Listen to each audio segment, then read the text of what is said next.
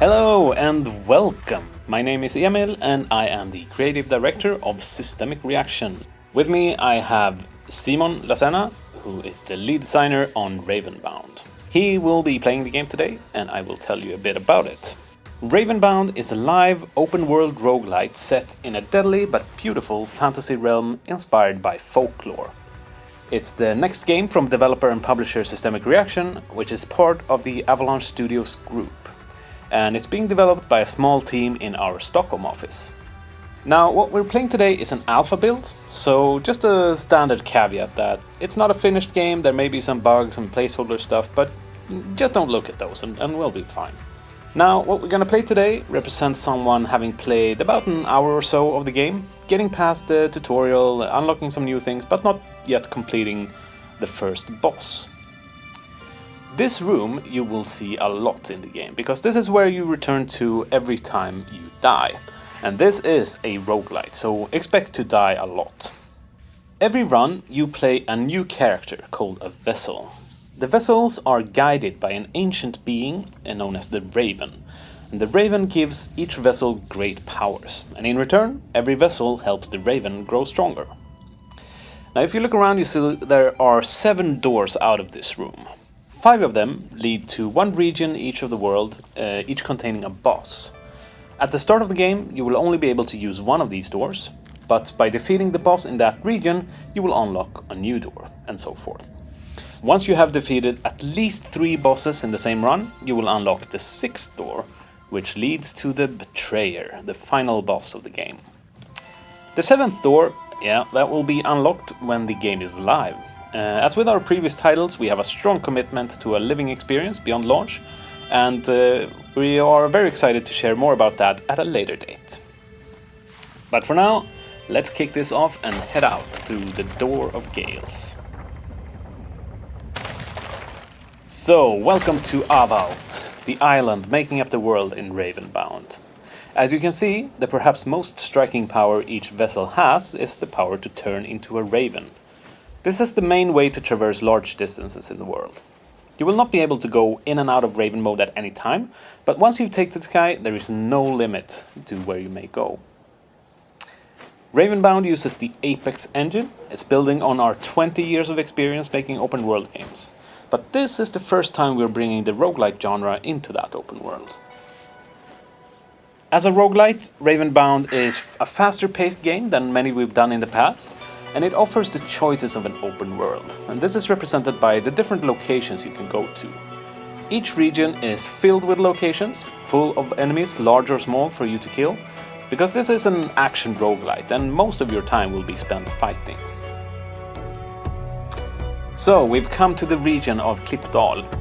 Once protected by the god of sky, this lush coastline features a lot of windswept cliffsides, and it's tied to the element of air. Now let's have a closer look at some of these locations. The icons above them show you what enemy type occupies each location, and the skulls show you how difficult they are, from 1 skull all the way to the dreaded 5 skull locations.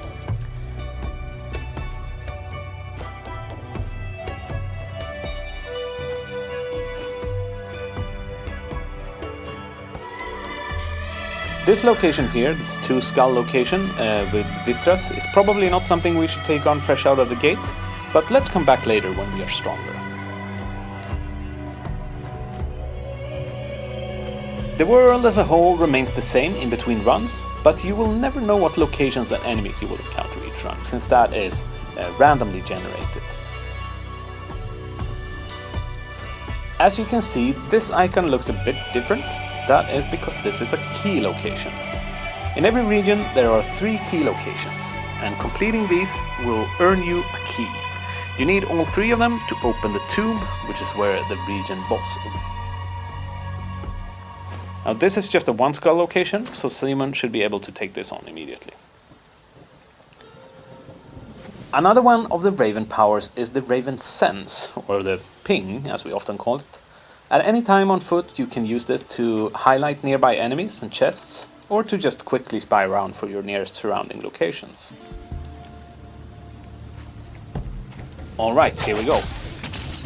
The combat of Ravenbound is fast-paced, it's frantic, it's rewarding you for keeping up the intensity. But to maximize your success, you need to weigh when to use quick, staggering attacks and when to use heavy, damage-dealing ones. Multiple attacks completed in a chain will result in a heavy finisher if uninterrupted. You have two defensive mechanics as well, but even these are mainly about giving you the window to go on the offensive. We have the dodge. This will quickly let you move around the battlefield and follow up with an attack which will send you right back into the fray. Then we have the Raven Guard. This will soak up damage while held, but if you stay defensive for too long it will drain completely, which leaves you vulnerable. Different tactics will be viable depending on the enemy. Some enemies can guard against your attacks, and the best way to punch through is with a heavy guard break attack.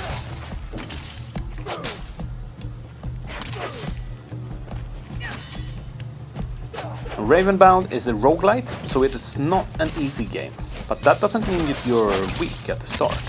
We want players to feel powerful with their first attack, but still be able to feel smart in combat after 100 hours of gameplay. Whenever you defeat a group of enemies, you will be rewarded with a card draw. Progression in Ravenbound is built around finding and unlocking cards for your deck. The deck stays persistent in between runs, and every run you draw and play cards from your existing deck. But you can also unlock entirely new cards to add to your deck, making it stronger for future runs.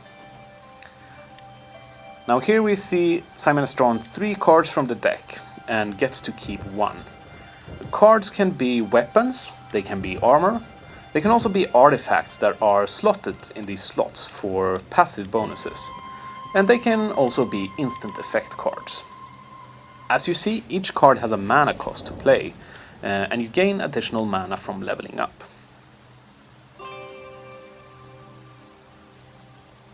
Okay, let's play this weapon, which should let us take on some tougher foes.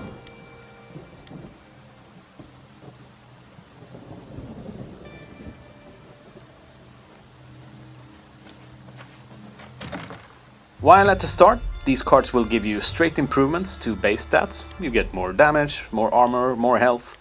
Eventually you will unlock and be able to play more advanced cards, which really experiment with elemental effects and crazy synergies and debuffs and massive magical damage. My favorite is Ask's build, that it triggers big explosions whenever you attack enemies that are already burning.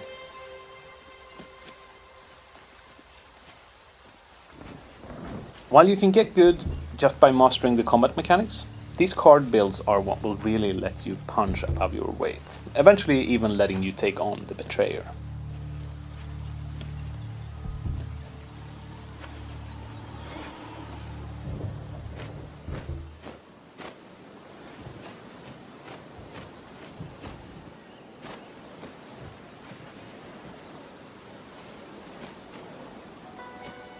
Okay, let's see if we can take on this Vitras now.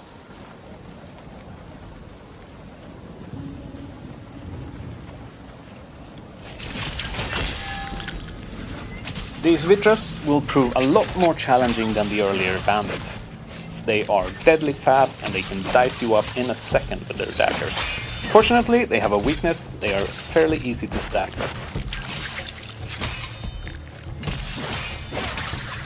A good way to take on enemies is to use the perfect guard mechanic. When you use your Raven Guard, if you manage to time it exactly to the attack, you will knock down any enemies around you, including the attacker, leaving them vulnerable for follow-up.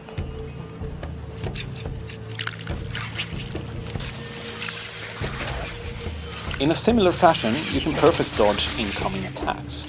If successful, this will make your following attacks for a short duration do a lot more damage.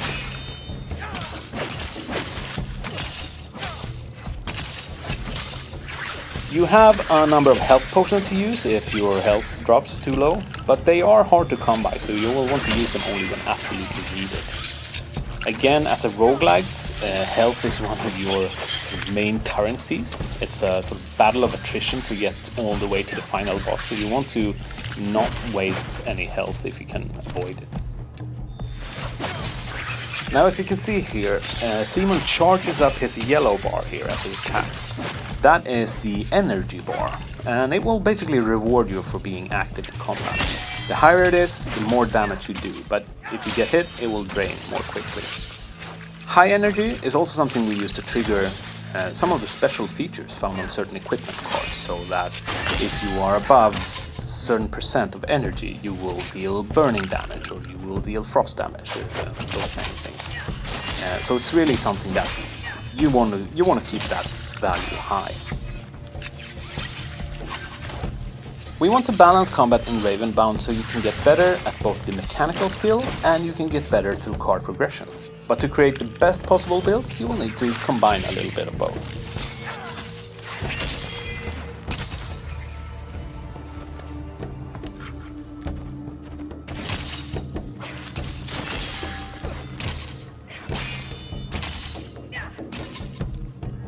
Okay, that was all of them. Let's see what our card draw is.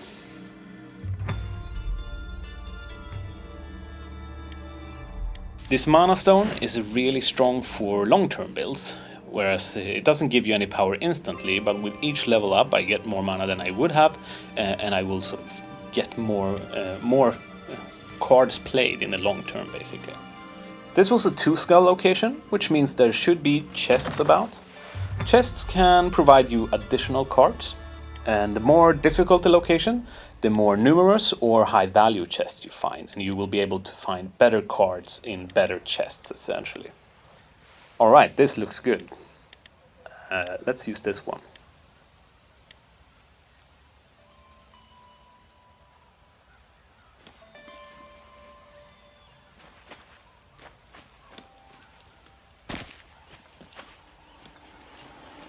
Okay, we are stronger now, and for purposes of the demo, we have pre-acquired the next 2 keys, and Simon found the third one, so we can actually seek out the Tomb of Gales and try to complete this region.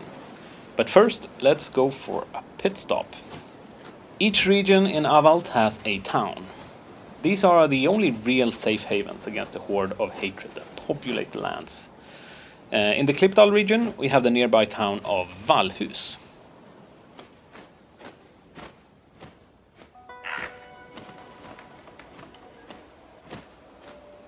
Now, towns are great points to return to during a run, as they offer various benefits.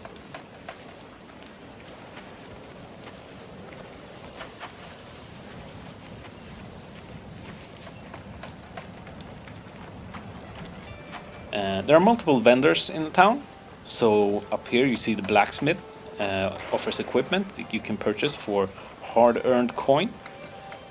Here we have the brewer, offers potions. I think we might actually get 1 or 2.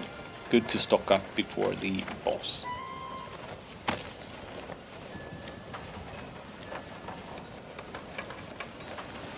Now each town also has a town member offering you 1 quest for each run per town. And the quests give you a good opportunity to earn XP, money to restock on your potions.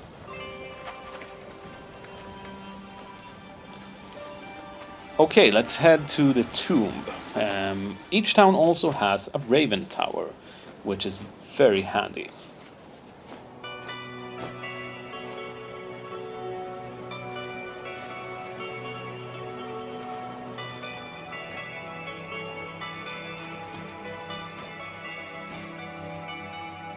The tombs house the locked-away gods of the elements, in this case Svali, the goddess of sky.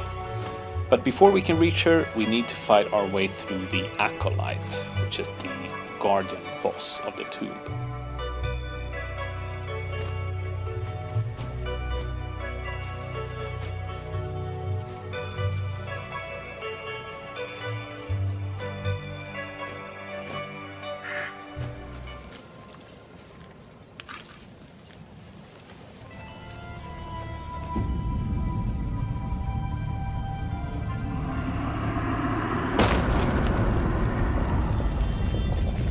Bosses are the toughest fights in the game, and they will test both your mechanical skills and your build efficiency to its limits.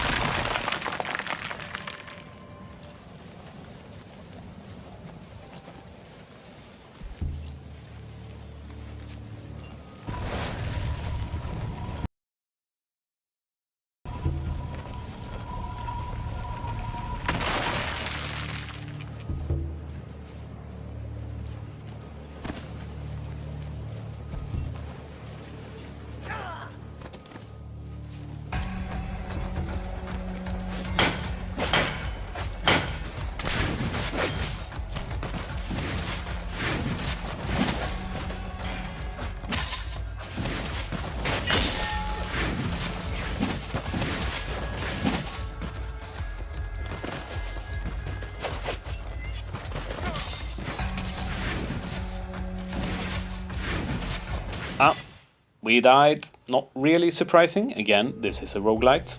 But during our run, we earned a lot of legend. And legend is the resource used to unlock new cards or new species classes, weapon types, character traits. So each run gives us slightly more or better opportunities. And every time you start a new run, you will get a selection of 3 characters randomly composed from your unlocked options. Depending on your combination of species, weapons and traits, you can get very different starting points to each run. And this variation will just keep growing with new content, both free and paid, after the game is released. We're super excited about Ravenbound, we can't wait to put it in players' hands. It's gonna launch on Steam, and yeah, we can't wait to show you more.